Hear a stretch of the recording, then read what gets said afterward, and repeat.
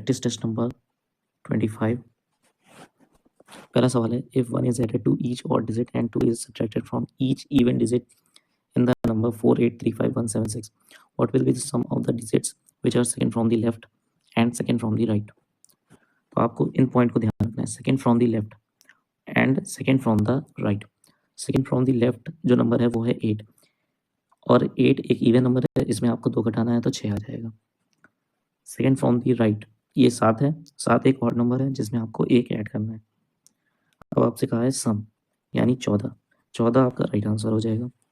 If at same rate of interest in 2 years the simple interest is 56 and compound interest is 72, then what is the principal? तो आपके पास formula होता है 2 साल का simple interest और कंपाउंड इंटरेस्ट के डिफरेंस का, PR² अपॉन 100 का square equal to CI minus SI। अब इस फॉर्मूले में आपको P भी नहीं दे रखा हुआ है, R भी नहीं दे रखा हुआ है, तो क्वेश्चन जटिल हो जाएगा। इसको कैसे करेंगे? देखिए, सिंपल इंटरेस्ट हर साल सेम मिलता है, इसका मतलब 2 साल में आपको कितना मिला होगा? 56 रुपये, ये दे रखा हुआ है, तो 1 साल में 28 रुपये, यानी पहले साल का जो सिंपल इंटरेस्ट और कंपाउंड इंटरेस्ट होगा वो सेम होगा। अब दूसरे साल पे आ जाइए, दूसरे साल पे 28 रुपये तो मिलेगा ही, इस 28 पे भी एक इंटरेस्ट मिलेगा, वो कितना मिलेगा? ये आपको पता चलेगा जब 72 में से 56 घटाओगे तो आएगा 16।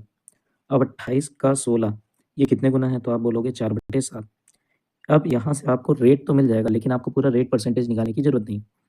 इस 4/7 का मतलब होता है कि ये आपका प्रिंसिपल है और ये आपका इंटरेस्ट है, तो 4 रुपये 28 के बराबर, 7 रुपये 49 के बराबर आपका आंसर। तीसरा आपसे प्रिंसिपल पूछा था, if x varies inversely as y³ - 1 and is equals to 7 when y equals to 2, तो यहाँ से आप समझ लीजिए कि x की वैल्यू क्या हो जाएगी? k/y³ - 1। इस वाली लाइन का मतलब ये होता है, k क्या है? एक कांस्टेंट है। अब देखिए k का मान हम निकालेंगे, कैसे निकालेंगे? जब x की वैल्यू 7 है, इसका मतलब y की वैल्यू 2 है, तो k की वैल्यू आ जाएगी यहाँ से 49। ठीक है, अब पूछा है आपसे कि x की वैल्यू बताओ जब y की वैल्यू 6 है, तो देखो x इक्वल्स टू क्या हो जाएगा? 49 हम रख रहे हैं इसी पे, तो 49/y³ का मतलब 6 का क्यूब 216, 216 में 1 घटाओगे तो आएगा 215, तो 49/215 आपका राइट आंसर हो जाएगा। The average age of Mohan and his 4 friend is 36। Mohan और 4 फ्रेंड को मिला करके कितने लोग हो गए? 5 लोग, और मैंने मान लिया कि 4 फ्रेंड का जो एज का सम है वो है x, तो अपॉन में 5 आएगा, ये 5 36 के पास पहुंच जाएगा और ये दे देगा 180। इनका सम आ गया। अब कह रहा है कि Mohan is 5 year older than the average age of his 4 friend. अगर 4 फ्रेंड का जो एवरेज एज है, अगर उसको मैंने कहा 1, तो मान लीजिए ये 1 है, तो जो मोहन है वो क्या है? मोहन 5 साल बड़ा है। ये आपको कैसे पता चलेगा? देखो 4 लोगों का, यानी 4 लोगों का मोहन क्या लेगा एक्स्ट्रा? आप ऐसे समझिए कि मोहन है और ये 4 दोस्त हैं, इनका जो एवरेज होगा वो x/4 होगा, क्योंकि मैंने कहा x सम है 4 दोस्तों का। ये क्या है? 5 ज़्यादा है कौन? मोहन, तो ये m - x/4 इक्वल्स टू 5 आएगा। यहाँ से आप कहोगे 4m - x इक्वल्स टू 20। अब इस समीकरण को जोड़ दोगे, यहाँ से वैल्यू मिलेगी 5m इक्वल्स टू 200, तो 5 4 ज़ा 20, आपका वैल्यू कितना आ गया? 40। मोहन की एज पूछा थी। If m is the smallest perfect square number which is exactly divisible by 12, 15 and 18, तो 12 और 15 को मल्टीप्लाई करते हो तो आता है 180। अब 180 18 के साथ एलसीएम कितना आ जाएगा? 180 ही आएगा। ठीक है, लेकिन ये एक परफेक्ट स्क्वायर नंबर नहीं है, तो इसके मल्टीपल पे जाओ।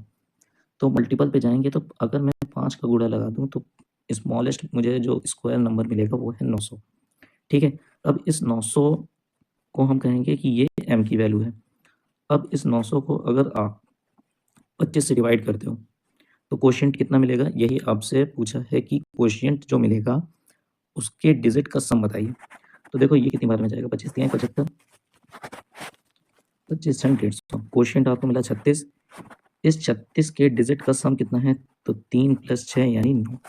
9 आपका राइट आंसर हो जाएगा। What is the perimeter of a sector of a circle if the radius of the circle is 10.5 centimeter and the angle subtended at the center of the circle is 60 degree. यहाँ पे मैं आपको sector बना के दिखा रहा हूँ। तो ये हो गया आपका सेक्टर, ये हो गया 60 डिग्री का। अब पहले पेरीमीटर निकालोगे तो पेरीमीटर कितना आएगा, ये वाला पार्ट आपका आ जाएगा। फिर यहाँ से ये वाला पार्ट और ये वाला पार्ट, इसको भी ऐड करना है। तो पेरीमीटर कितना होता है, तो theta by 360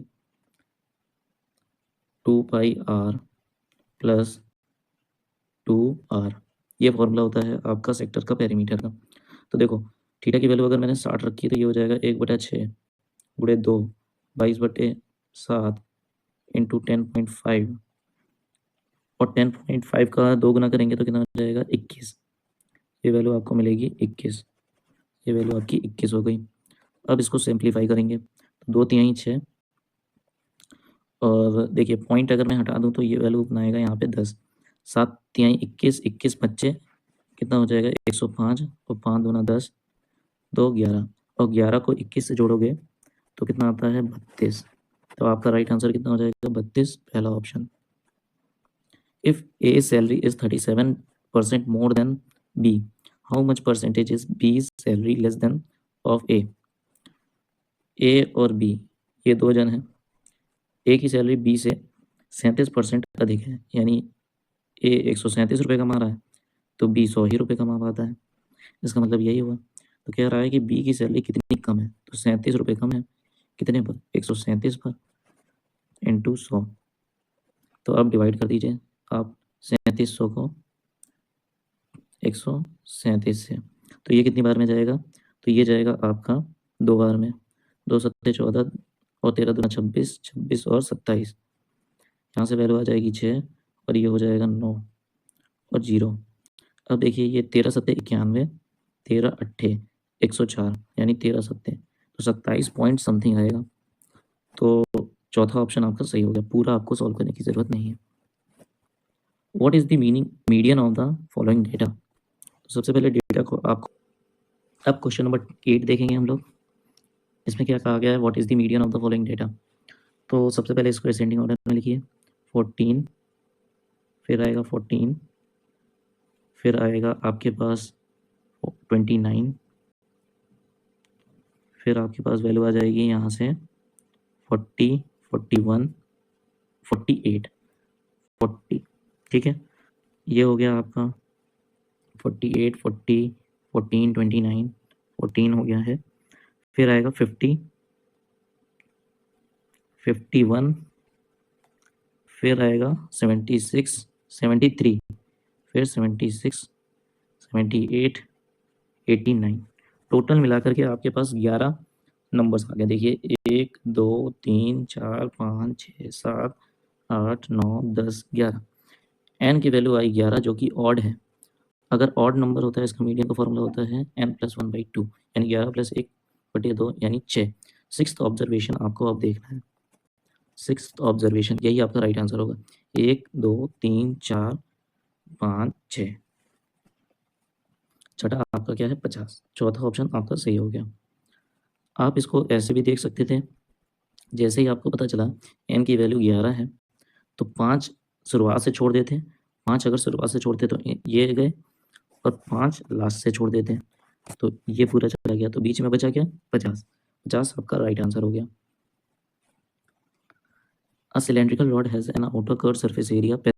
Question number 9. A cylindrical rod has an outer surface area of 45 centimeter square. If the length of the rod is 39 centimeter, then the outer radius of the rod is. यहाँ पे आपको 4500 दिख रहा है, जो कि जिसमें 9 गुणे 5 गुणे 100 ये वैल्यू दिख रही है। इसमें से एक 3 चला जाएगा इस 39 से, तो एक 3 तो बचेगा ही, वो 3 मल्टीपल में जाएगा। तो देखिए पहला ऑप्शन 3 का मल्टीपल है, सही हो गया। दूसरा ऑप्शन नहीं है, तीसरा ऑप्शन नहीं है, चौथा ऑप्शन नहीं है। आपको ऐड करना छोटे छोटे नंबरों का जल्दी आना चाहिए, ठीक है। बाकी आप तरीके से कैसे करोगे, तो ये हो जाएगा 4500, 2 पाई RH, तो 22/7 R H, H कितना है 39, 3 से काटिए 13 बार में, ये जाएगा आपका 1500 और ये 2 यहाँ से 2 यहाँ से, ये हो गया 11, ये आएगा 3 फिर 7 फिर 5, अब आर की वैल्यू आ गई, नीचे आएगा 11 गुणे 13 यानी 143 और 7 5 35, 3 7 7 49, 52, 5 7 21 और 26, 2625। ठीक है, अब मैं ले जाऊंगा इसको 14 दूना 28, 2 बार में तो जाएगा नहीं, तो यानी ये 2 ऑप्शन गए। अब आपका बहुत करीब करीब वैल्यू दे रखा हुआ है, तो आपको पूरा पूरा तो ले ही जाना पड़ेगा। 2 6 2 5 एक बार में ले जाओगे तो यहाँ से आ जाएगा 9 2 12 और यहाँ से हो जाएगा 5 में से 4 गया 1, ये 1। ठीक, अब ये जाएगा 8 बार में, 8 3 24, 8 4 32 34, 8 3 11, ये हो जाएगा 1, ये हो जाएगा 5। ठीक है, अब पॉइंट लगाओगे, 0 बढ़ाओगे, अब कितनी बार में जाएगा देखिएगा, 14 दूना 28, 14 3 42। अगर हम 42 तक ले जाएं तो ये चला जाएगा, यानी 3 बार में चला जाएगा, तो ये ऑप्शन आपका कट गया, पहला ऑप्शन आपका सही हो गया। पूरा सॉल्व करने की जरूरत नहीं है, पॉइंट के बाद आपको 2 या 3 में से ही चेक करना था, 3 आपको मिल गया, सही है वही ऑप्शन। 10वां question, the selling price of 25 book is the cost price of 41 books, यानी 25 का जो एसपी है वो 41 के सीपी के बराबर है, तो एसपी और सीपी का जो अनुपात आएगा वो आएगा 41/25। गेन हुआ है तो लॉस वाले काट दो। अब ये कितने का प्रॉफिट हुआ है, 16 का, 1/25 कितना होता है 4%, उसका भी 16 गुना यानी 64%। प्रश्न संख्या 11, 2 pipes can fill a tank in 20 hours and 90 hours. The time required to fill the tank when both pipes are open simultaneously. इनका एलसीएम लीजिए, वर्क आ गया, ये कितना काम कर रहा है 9, ये कितना यूनिट काम कर रहा है 2, अब दोनों मिल जाए तो यानी 180/11, 180/11, चौथा option. Which of the following ratio is smallest, देखो 39 का अगर आधा करते हो तो आपको वैल्यू कितनी मिलेगी, या फिर 17 दूना 34 यानी 2 पॉइंट समथिंग आने वाला है, यानी 1/2। 23 का दूना 46, ये भी कुछ 2 पॉइंट समथिंग है। अब देखो 10 का 3 गुना यानी 1/3, जिस देखिए यहाँ पे 1/2 पॉइंट आ रहा है, यहाँ पे 1/2 पॉइंट आ रहा है, और 15 दूना 30, यहाँ पे भी 1/2 समथिंग आ रहा है, समझे। तो आपको मैं एक तरीका बताता हूँ, यहाँ पे 1/2 है तो ये आएगा 0.5, और 1/3 है तो ये आ जाएगा 0.3, यानी डिनोमिनेटर अगर बड़ा है तो आपका फ्रैक्शन वैल्यू डेसिमल में छोटा हो जाता है, तो यानी तीसरा ऑप्शन आपका सही हो जाएगा, स्मॉलेस्ट पूछा था। Find the total time taken by boat to travel upstream and downstream if the distance travel in each direction is 270। Upstream जाएगा तो क्या होगा, स्पीड घट जाएगी, तो दे रखा हुआ है क्या, if speed of boat is 24 and speed of current is 21, तो घट जाएगी, कितना आ जाएगा 3 यानी 90। ठीक है, तो देखिए 90 से तो ऊपर नहीं जाए, an article 330 rupees by first giving a discount D% on mark price and then another discount having the same nominal value। अब इसने D% की वैल्यू नहीं कही है, इसने कहा है नॉमिनल वैल्यू, यानी D की वैल्यू बोला है, D% की वैल्यू नहीं बोला, डिस्काउंट की वैल्यू बोला। If the mark price of an article is 1320 then what is the value of D? D की वैल्यू पूछा है, यानी D%, यहाँ पे D% है। ठीक है, तो देखिएगा सबसे पहले आपको क्या करना है, 320 रुपये मार्क प्राइस है, इस पर एक डिस्काउंट, फिर डिस्काउंट, देन 330 रुपये का सामान। अब इसको बाय ऑप्शन से करेंगे, बहुत आसान हो जाएगा, देखिएगा कैसे। ऑप्शन में देखिए ऐसी वैल्यू जिसका आपको फ्रैक्शन में वैल्यू पता हो, जैसे 37.5 मैंने लिया तो 12.5 होता है आपका कितना 1/8, और 37.5 कितना हो जाएगा 3/8। अगर मैंने 3/8 दिया, 1320 का 3/8 कितना हो जाएगा, तो देखिएगा ये हो जाएगा 8 ठीक है, 8 छंग 48, 8 पंचे 40, इसका 3 गुना करोगे तो कितना आ जाएगा, देखो 16 3 48, 3 5 15 यानी 495 रुपीज़ का आप क्या करोगे, डिस्काउंट दोगे। अब ये वैल्यू कितने की हो जाएगी, देखो 5, यहाँ से आ जाएगा 9 2 11, और ये हो जाएगा 12 में से 4 गया 8। इसने कहा नॉमिनल वैल्यू, यानी नॉमिनल वैल्यू आपकी सेम है, तो 495 का यहाँ पे भी आपको डिस्काउंट देना है, तो अब वैल्यू कितनी हो जाएगी 0, 9 3 12, और उसके बाद हो जाएगा 7 में से 4 या 3, यही वैल्यू तो आपको यहाँ पे दी हुई है, तो इसका मतलब हमारा आंसर वेरीफाई हो गया, चौथा ऑप्शन सही हो गया। एग्जामिनर आपको वही वैल्यू देगा जिसकी फ्रैक्शन वैल्यू आपको पता हो, ऐसे क्वेश्चनों में। 5 bills toll together initially and then continue to toll at time interval of 4, 8, 12, 16 and 20 seconds respectively. If they start tolling simultaneously at 12 p.m., then find how many times they will toll together between 12 p.m. to 3 p.m. यानी 3 घंटे में। तो सबसे पहले 4, 8, 12, 16 और 20 का आपको 2 की पावर 2, 8 है तो 2 की पावर 3, 12 है तो 2 की पावर 2 गुणे 2 की पावर 2 गुणे 3, 16 है तो 2 की पावर 4 और 20 है तो 2 की पावर 2 गुणे 5। यहाँ से एलसीएम कितना आएगा? 2 की मैक्सिमम पावर 2 की पावर 4, 3 और 5, ये हो जाएगा 2 की पावर 4 यानी 16, 16 पच्चीस 80, 80 और 240, 240 सेकेंड आपका एलसीएम आ गया। ठीक है, अब आपको क्या करना है? 3 घंटे, 3 घंटा मतलब कितने सेकेंड होंगे? तो 3 घंटे, 1 घंटे में कितने मिनट होते हैं? तो 1 घंटे में 60 मिनट होते हैं। 1 मिनट में कितने सेकेंड होते हैं? तो 60 सेकेंड होते हैं। अभी आपकी वैल्यू कितनी आई थी? 240। ये 4 बार में जाएगा, ये 15 बार में जाएगा, ये वैल्यू आ गई 45। अब आप ऑप्शन चेक करोगे, ऐसा नहीं है, इसमें एक और जोड़ना पड़ेगा क्योंकि पहली बार भी तो बजा, तो टोटल 46, 46 आपका राइट आंसर हो जाएगा। Question number 17, A and B can do a piece of work in 8 days and 37 days. The number of days required to complete the work if both A and B together. अगर दो लोग हों और उनसे कहा जाए कि A प्लस B का समय निकालिए और समय दे रखा हो यहाँ पे A और B अलग अलग, तो आप ये याद रखिएगा कि वैल्यू कैसे निकाली जाती है। तो यहाँ पे वैल्यू इस तरीके से निकाली जाती है कि आप 8 + 37 कर दीजिए, 8 × 37 कर दीजिए, वैल्यू कितनी हो जाएगी यहाँ से? 7, 15, 45 और नीचे वैल्यू हो जाएगी कितनी? 8 × 37। ये आपकी इफिशियंसी आ गई। इफिशियंसी का उल्टा ही क्या होता है? टाइम। ठीक है, तो आप इसको ऐसे भी कर सकते हो कि 8 × 37 अपॉन 8 + 37 यानी 7 8 जा 56, 5 8 3 24, 29, ये आपको डायरेक्ट टाइम देगा। वो आपको दे रहा था इफिशियंसी, फिर आपको उसका रेसिप्रोकल लेना था, टाइम आ जाता। यहाँ पे कितना हो जाएगा? 8, ये 15, 45। ठीक है, 45 हो गया। अब 45 से आप इसको डिवाइड करोगे कितनी बार में जाएगा? देखो 7 चौक 28, 7 बार में तो नहीं जाएगा, 10.7 हो नहीं सकता, 7 चौक 28 हो नहीं सकता, इसका मतलब ये दो ऑप्शन गए, तो 6.5 आपका राइट आंसर हो जाएगा। देखिए आप चेक करके भी देख सकते हो कि अगर मैं इसको 6 बार ले जाऊँ, 6 टाइम्स ले जाऊँ, तो आपकी वैल्यू कितनी आ जाएगी? 6 5 30, 6 4 24 यानी 270, 270 के करीब वैल्यू आएगी। तो आपका राइट आंसर क्या हो जाएगा? 6.5। अब देखिए एक आसान सा सिंप्लीफिकेशन का क्वेश्चन है, 16 + 16 डिवाइडेड बाई 4 माइनस 3 गुणे 4। सबसे पहले डिवीजन, 4 चौको 16, 20 और 12 यानी 8, पहला ऑप्शन सही हो जाएगा। 19वां question, Mahesh purchases 10 kg of rice at the rate of 35 per kg and 38 kg of rice at 46 per kg. He sold the mixture at the rate of 43.5 per kg. Find his loss. इसको आप दो तरीके से कर सकते हो, ये एक ट्रिक से कर सकते हो, एक बेसिक से कर सकते हो। ट्रिक आप हो सकता है पेपर में भूल जाओ, तो मैं आपको बेसिक से बताता हूँ कैसे जल्दी से करोगे। तो सबसे पहले तो 35 का 10 से गुणा करोगे तो आपका आएगा 350, 350 का केवल 0 लिखो।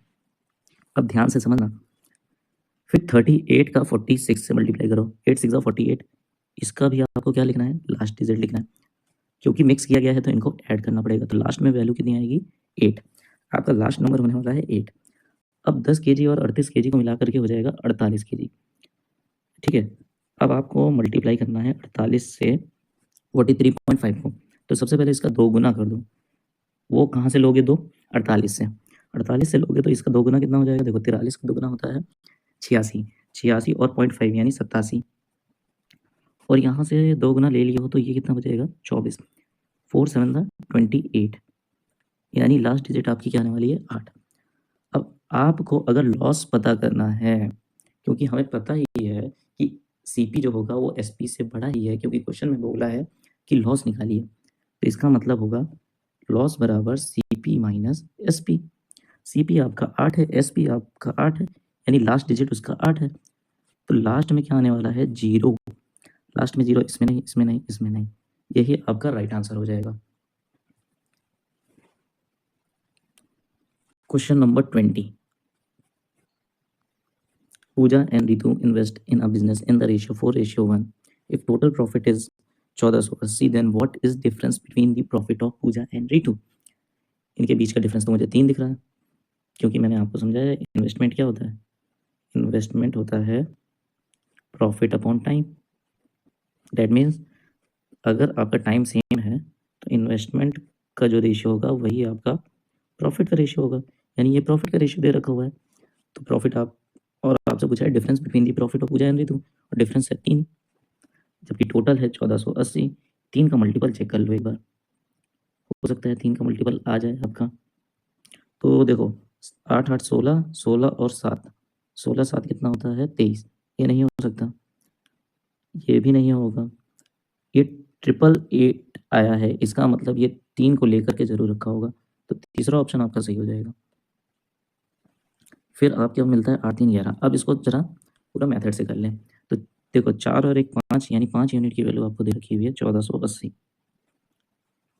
तो 3 यूनिट की आपसे पूछा है, तो 1480 गुणे 3 अपॉन 5, तो 5 2 से 10, 5 9 45, 5 6 30, तो 3 6 18, 3 9 27, 28, 2 3 2 6 और 8, और ये आ गया आपका तीसरा ऑप्शन। इस तरीके से आपके हो गए क्वेश्चन 20 पूरे। इसी के साथ आपके 500 क्वेश्चंस कंप्लीट होते हैं। यदि आपने 1 से लेकर के 25 तक के सारी प्रैक्टिस शीट लगाई हैं, तो आपको क्वेश्चंस के अभ्यास जरूर हो गए होंगे, और आपने वीडियो देखा, थैंक यू। इसी तरीके की और वीडियो आती रहेंगी। धन्यवाद।